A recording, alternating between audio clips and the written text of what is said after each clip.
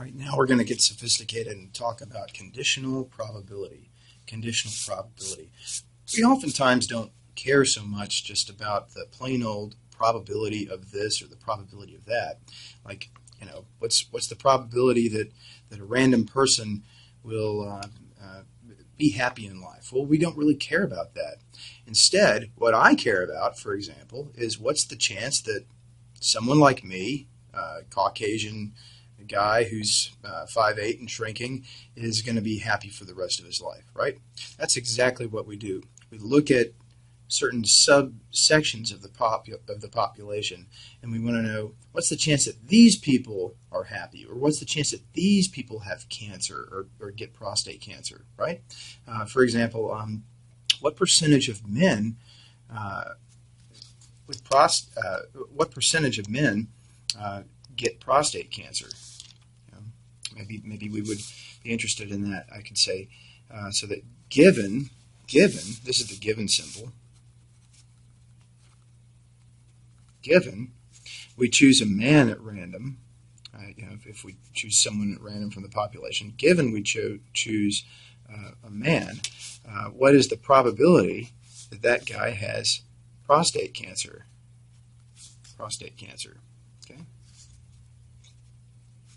And I don't really know. Maybe it's 4%. Not really sure. What if we had even more information? What if we had even more information?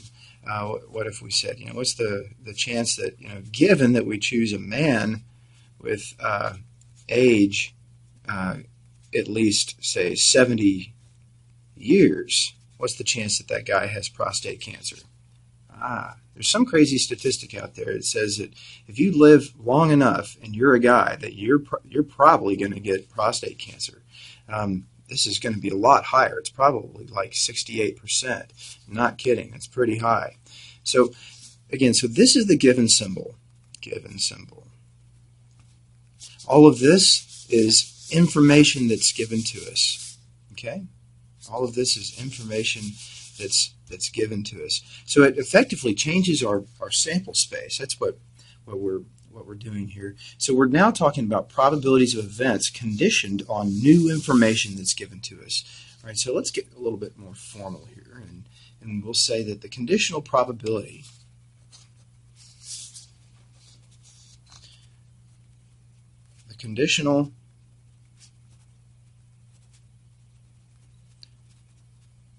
probability that the event A occurs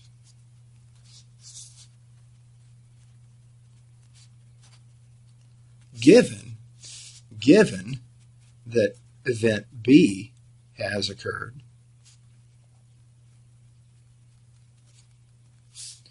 is expressed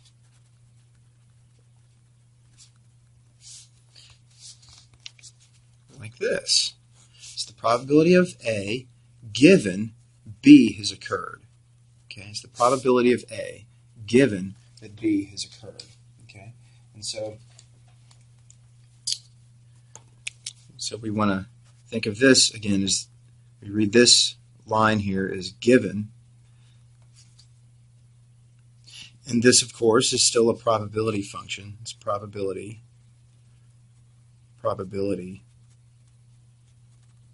and then the parenthesis here. These parentheses you read as of, right? Because this P is really a function, right? All right. Now this thing is defined to be. So I use the definition symbol. It's a super equal sign. It's like 1.5 equal signs, right? Okay. This thing is defined to be the probability of A and B both occurring divided by the probability of B. Okay, where we'll want that the probability of B is not 0. Okay, if it's 0, then we have a problem, right? Then all this stuff it blows up, and we still need for conditional probabilities, just like regular probabilities, to be bounded between 0 and 1. Conditional probabilities, and let's write that down. Conditional probabilities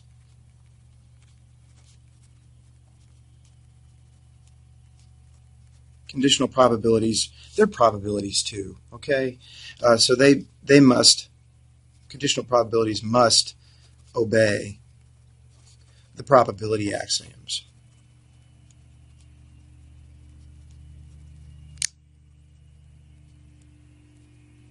Okay? So if you forget what those are, look them up, okay?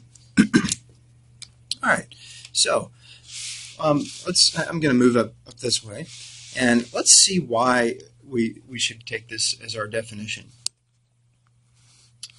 What if I have a sample space in here, and here's my symbol for that, omega. This is the space of all the possible things that could have happened when I do this experiment, or when I make an observation.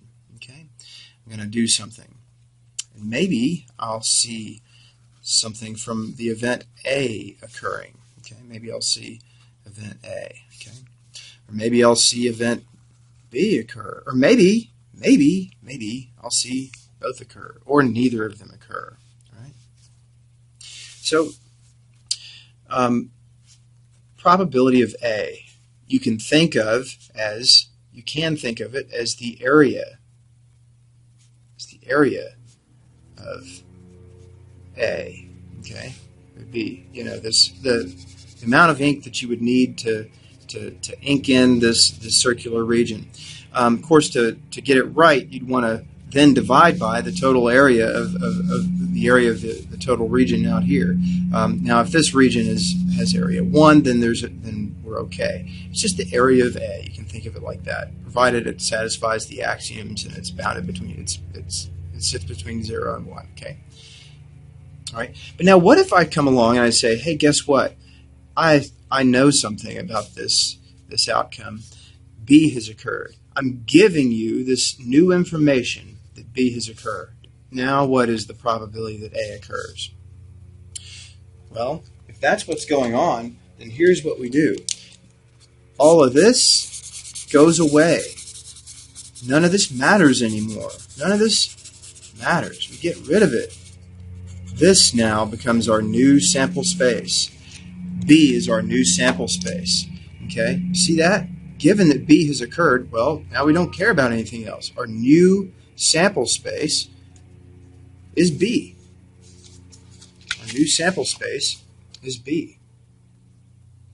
So, look at B. Look at our new sample space.